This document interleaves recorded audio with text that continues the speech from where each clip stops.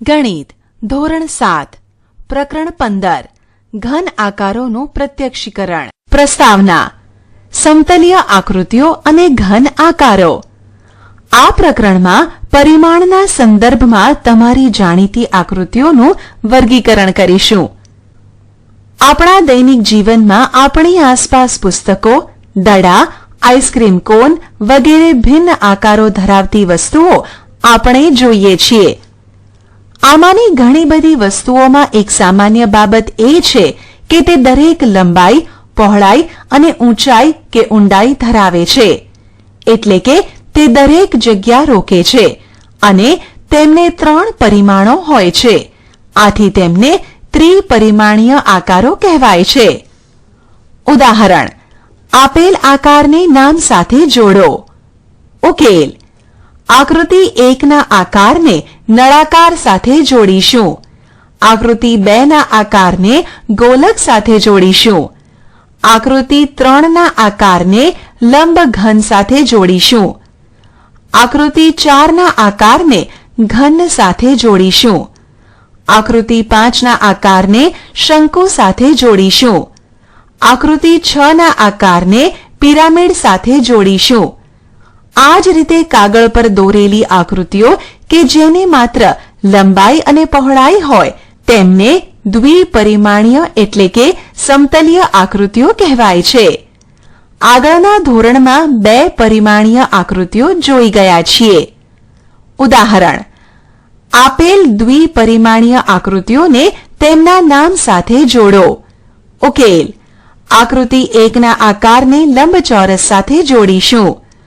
આકૃતિ 2 ના આકારને વર્તુળ સાથે જોડીશું. આકૃતિ 3 ના આકારને ત્રિકોણ સાથે જોડીશું. આકૃતિ 4 ના આકારને ચોરસ સાથે જોડીશું. આકૃતિ 5 ના આકારને ચતુષ્કોણ સાથે જોડીશું. નોંધ: આપણે દ્વિપરિમાણીય માટે ટૂંકમાં 2D અને ત્રિપરિમાણીય માટે ટૂંકમાં 3D લખીશું. ફલક, ધાર અને શિરોબિંદુ. તમે ઘન આકારો શીખ્યા છો. તેનું ફલક, શિરોબિંદુ અને ધાર કોને કહેવાય તે યાદ છે? સમઘનના 8 ખૂણા એના શિરોબિંદુ છે. ઘનનું માળખું રચનાર 12 રેખાખંડ તેની ધાર છે. 6 સપાટ ચોરસ સપાટી તે ઘનના ફલક છે. આપેલ કોષ્ટક પૂર્ણ કરો. બાકીની 2 આકૃતિઓમાંથી પહેલી આકૃતિ માટે ફલક, ધાર અને શિરોબિંદુ અનુક્રમે 9, 16 અને 9 છે અને બીજી આકૃતિ માટે ફલક, ધાર અને શિરોબિંદુ અનુક્રમે 7, 15 અને 10 છે. શું તમે એ જોઈ શકો છો કે ત્રિપરિમાણીય આકારના ફલક દ્વિપરિમાણીય આકૃતિઓ છે? ઉદાહરણ તરીકે નળાકારના 2 ફલકો છે જે બંને વર્તુળ છે અને પિરામિડના આકારના ફલકો ત્રિકોણ છે. આમ કરવા માટે ત્રિપરિમાણીય વસ્તુઓને બારીકાઈથી સમજવી પડશે. હવે આપણે નેટ તરીકે ઓળખાતી રેખાકૃતિ બનાવીને આવા આકારો બનાવવાનો પ્રયત્ન કરીએ. 3D આકારો બનાવવા માટેની નેટ. નેટ રેખાકૃતિ. પૂંઠાનું એક બોક્સ લો. તેની ધાર પરથી તેને કાપીને સમતલ પૂંઠું મેળવો. આ તે બોક્સની નેટ છે. આકૃતિ 1 માં નેટ એ 2D રેખાકૃતિ છે જેને વાળવાથી પરિણામ સ્વરૂપે 3D આકાર આકૃતિ 3 જેવો જોવા મળશે. અહીં તમે ધારો કે યોગ્ય રીતે જુદી કરીને રેખાકૃતિ મેળવી છે. આકૃતિમાં એક બોક્સની રેખાકૃતિ બતાવી છે. કાગળ પર તેનું વિસ્તૃત સ્વરૂપ દોરી તેને યોગ્ય રીતે વાળીને ધાર ચોંટાડી બોક્સ બનાવવાનો પ્રયત્ન કરો. તમે યોગ્ય એકમ લઈ શકો છો. બોક્સ એક ઘન આકાર છે. તે એક 3D વસ્તુ છે જે લંબઘનના સ્વરૂપમાં છે. આ જ રીતે તમે એક શંકુ આકારને તેની ત્રાસી સપાટી પર કાપીને શંકુની રેખાકૃતિ મેળવી શકો છો. તમારી પાસે ભિન્ન આકારો માટે ભિન્ન નેટ છે. આ આપેલી રેખાકૃતિના વિસ્તૃત સ્વરૂપની નકલો અહીં દર્શાવેલ છે. આપણે ઇજિપ્તના ગીઝાના મહાન પિરામિડના જેવો પિરામિડ બનાવવાની રેખાકૃતિ પણ બનાવી શકીએ. તે પિરામિડને ચોરસ આધાર અને 4 ત્રિકોણાકાર ફલક છે, જે આ આકૃતિમાં બતાવ્યા પ્રમાણે રેખાકૃતિ બતાવેલી છે. પ્રયત્ન કરો. અહીં 4 રેખાકૃતિઓ છે. આમાં ચતુષ્ફલક બનાવવા માટેની 2 સાચી રેખાકૃતિઓ છે. કઈ આકૃતિમાંથી ચતુષ્ફલક બનાવી શકાય તે જુઓ. તિર્યક રેખાકૃતિ. અહીં એક સમઘનનું ચિત્ર છે. જ્યારે સામેથી જોવામાં આવે ત્યારે સમઘન કેવો દેખાય છે તેનો સ્પષ્ટ ખ્યાલ નહીં આવે. તમે તેની કેટલીક સપાટીઓ જોઈ શકતા નથી. દોરેલા ચિત્રમાં સમઘનમાં હોય તેવી બધી લંબાઈઓ સમાન નથી, છતાં તમે ઓળખી શકો છો કે સમઘન છે. ઘનની આવી રેખાકૃતિને તિર્યક રેખાકૃતિ કહે છે. આવી આકૃતિઓ તમે કેવી રીતે દોરી શકો? ચાલો તો ટેકનિક શીખવાનો પ્રયત્ન કરીએ. તમારે ચોરસ ખાનાવાળો રેખા અથવા ટપકાવાળો કાગળ જોઈશે. શરૂઆતમાં ખાના પર દોરવાનો મહાવરો કર્યા પછી સાદા કાગળ પર ટપકાની મદદ સિવાય દોરવાનું સરળ થશે. આપણે એક 3x3x3 દરેક ધાર 3 એકમ હોય માપના સમઘનની તિર્યક રેખાકૃતિ દોરવાનો પ્રયત્ન કરીએ. પગલું 1, આગળની સપાટી દોરો. પગલું 2, તેની વિરુદ્ધની સપાટી દોરો. સપાટીના માપ સમાન હોવા જોઈએ, પરંતુ આકૃતિ પ્રથમ પગલા કરતાં થોડી ખસેલી દેખાશે. પગલું 3, અનુરૂપ ખૂણાઓ જોડો. પગલું 4, ન દેખાતી ધાર માટે તૂટક રેખા દોરો. હવે આકૃતિ તૈયાર છે. ઉપરની તિર્યક રેખાકૃતિમાં તમે આ બાબતોની નોંધ કરી. 1, સામેની સપાટી અને તેની વિરુદ્ધ બાજુની સપાટીના માપ સરખા છે, અને 2, ધારના માપ જે સમઘનમાં સમાન હોય છે તે અહીં પણ સમાન દેખાય છે, જો કે ધારના સાચા માપ લીધેલા નથી. સમમિતીય આકૃતિઓ. તમે સમમિતીય ડોટશીટ જોઈ છે, જે નાના સમબાજુ ત્રિકોણ બનાવતા ટપકાઓથી અથવા રેખાઓથી કાગળને વિભાગતી શીટ છે.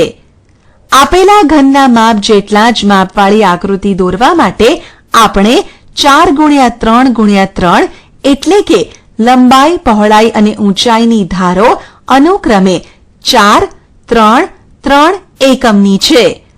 માપના લંબઘનનો સમમિતીય આકૃતિ દોરવાનો પ્રયત્ન કરીએ.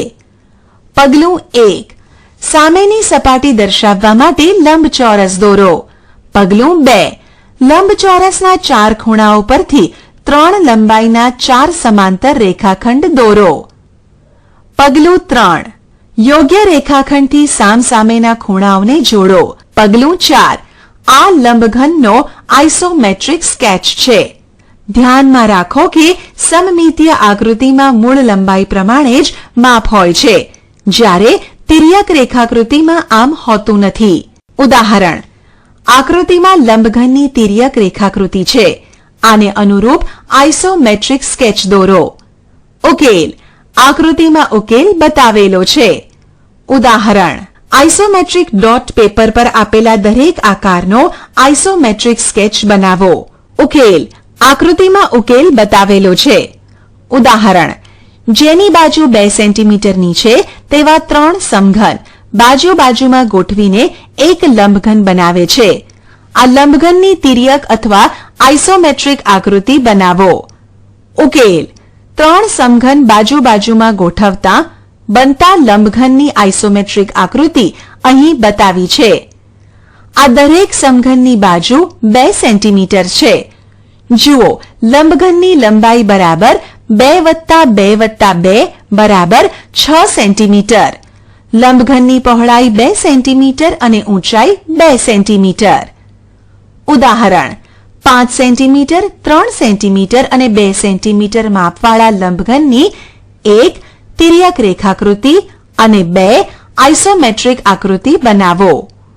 ઉકેલ: 5 સેન્ટીમીટર, 3 સેન્ટીમીટર અને 2 સેન્ટીમીટર માપવાળા લંબઘનની તિર્યક આકૃતિ અને આઇસોમેટ્રિક આકૃતિ અહીં દર્શાવેલ છે. આ આકૃતિ અનન્ય નથી, કારણ કે લંબાઈ, પહોળાઈ, ઊંચાઈના માપ અલગ અલગ લેતા આકૃતિનો આકાર અને માપ બદલાઈ જાય છે. ઘન વસ્તુઓને જુઓ. ઉદાહરણ: નીચેની ગોઠવણીઓમાં કેટલા સમઘન છે તેની ધારણા કરવાનો પ્રયત્ન કરો. આકૃતિ 1 માં આપેલ ગોઠવણીમાં કુલ 24 સમઘન છે.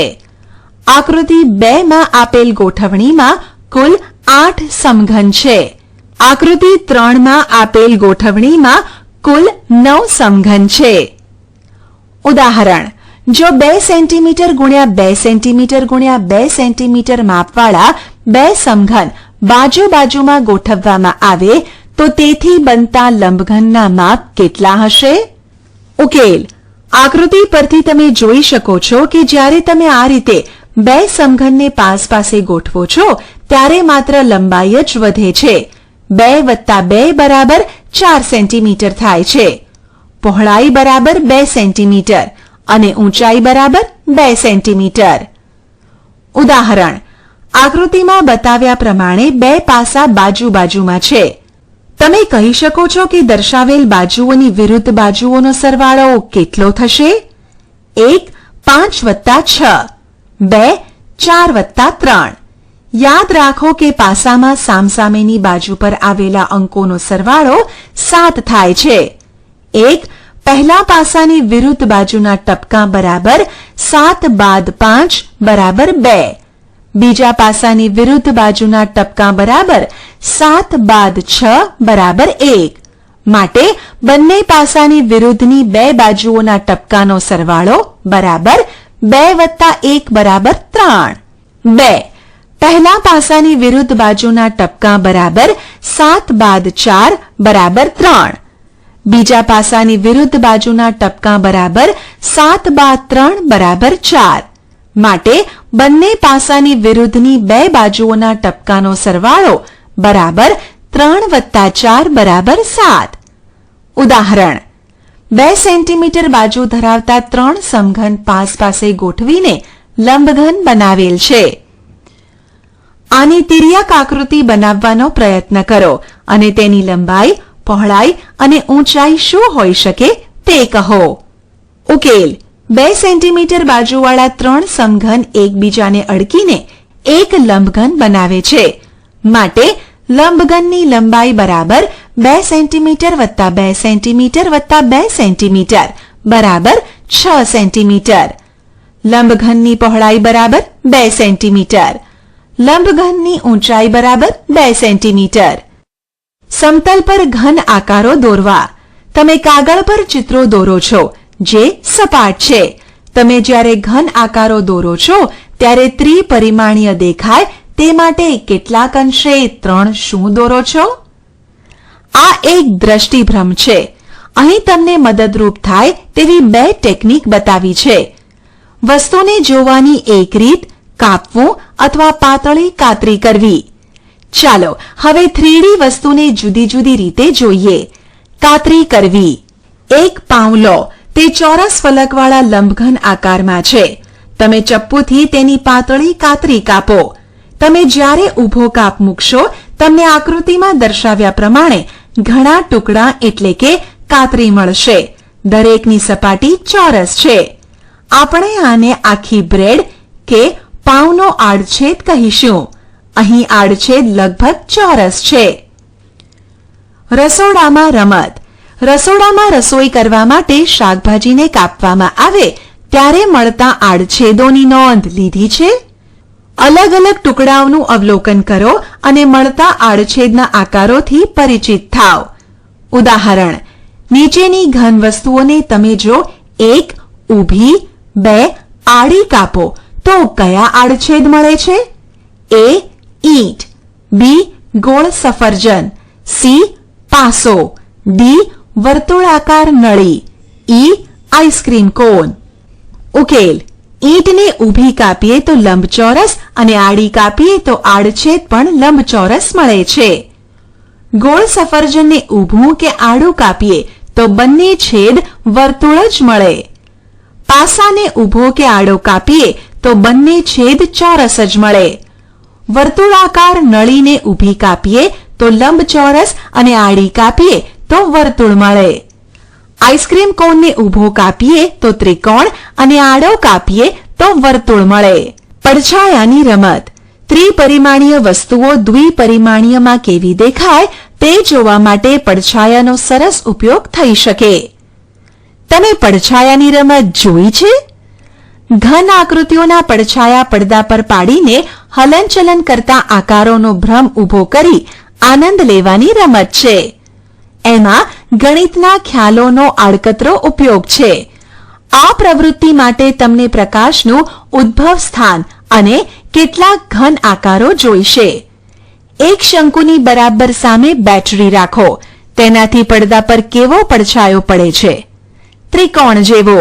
સૂર્ય જ્યારે બરાબર માથા પર હોય ત્યારે બપોરે એક ચાનો કપ આકૃતિમાં દર્શાવ્યા પ્રમાણે ખુલ્લામાં મૂકો. તમને કેવો પડછાયો મળે છે? શું આ પડછાયો સરખો જ રહે છે?